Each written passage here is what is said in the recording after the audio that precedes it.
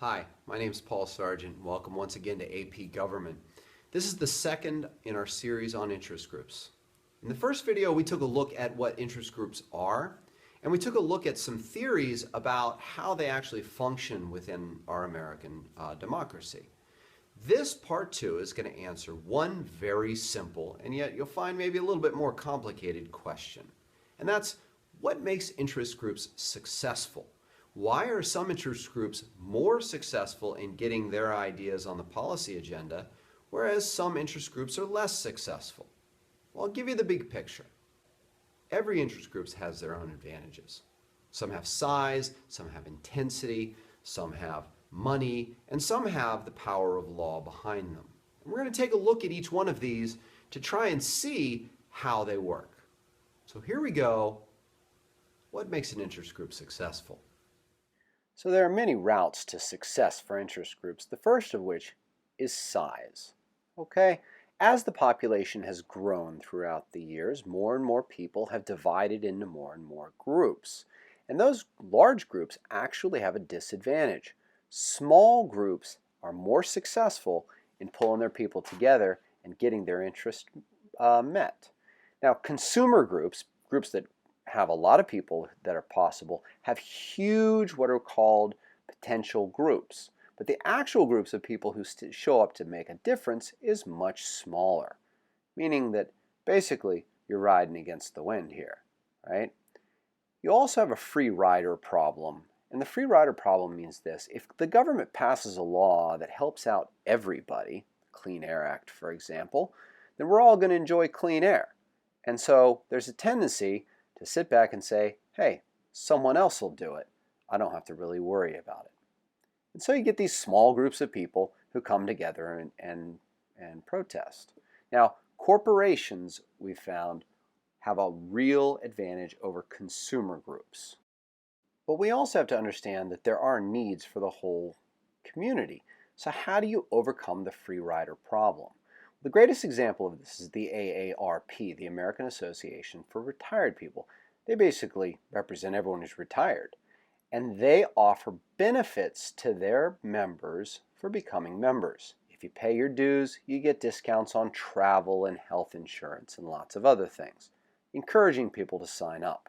That's how you overcome the free rider problem. So I think the point is here that the size of an interest group really does matter. It's great to have lots of people on your side, but if you have too many people on your side and you have no way of organizing them, then you really become pretty ineffective. If you have a large group and you can organize them, wow, that's pretty awesome. But if you have a small group, then you have people who are very dedicated to the cause and are willing to put in the time and effort to get their cause on the policy agenda. Next up, let's take a look at intensity. Some groups have intensity on their side.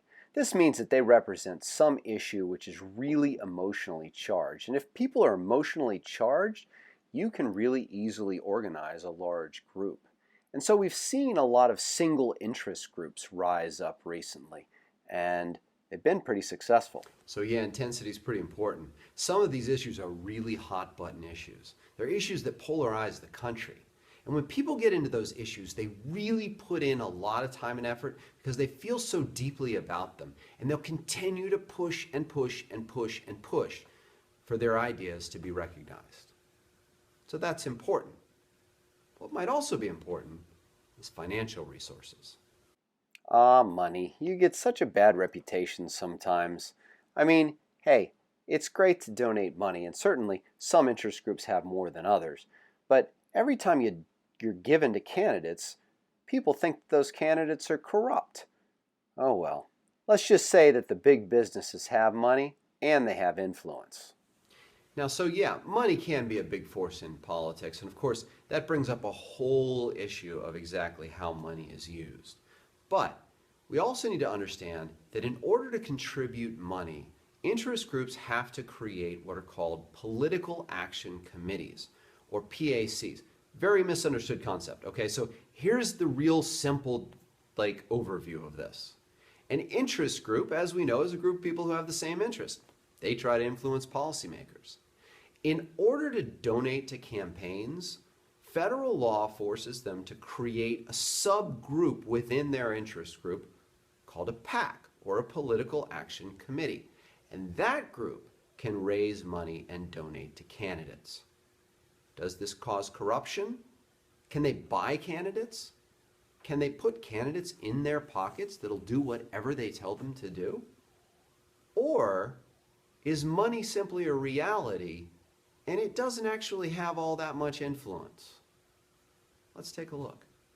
When you see the size of campaign contributions, it's easy to be cynical about this and think that, hey, bribes are happening and that corporations run America and all of that. The reality is that politicians need money in order to run for campaigns. And most of the money that's put out there has to go to people who believe in things that the donors believe in. Now, take a look at this for a minute. Incumbents win elections. We know that when we study Congress. And if incumbents win elections, then the best person to donate to is an incumbent. Incumbents also have what are called voting records. Interest groups can see exactly how they voted, especially on the issues that interest groups care about. And so they donate most of their money to incumbents who already support what they want. So the big picture for interest groups, and I think the big picture for life, is that everybody has their own strengths. And if you as a group, or if we want to go to life lessons, you as an individual, understand your strengths and know how to use them to get done what you want to get done, you're probably going to be successful. If you don't know how to use your strengths, or if you don't know what your strengths are, then you're going to have a much harder time to get things done. So anyway, that's interest groups' success. The ones who know how to use their resources are more successful, and those who don't are less successful. Hope that answers your question, and I hope these videos are helping you. Please feel free to let me know in the comments and subscribe to get more videos. In our next video on interest groups, we're going to take a look at how interest groups actually go about trying to influence government. Till then, my name's Paul Sargent. This is AP Government. Hope you enjoyed it, and I'll see you next time.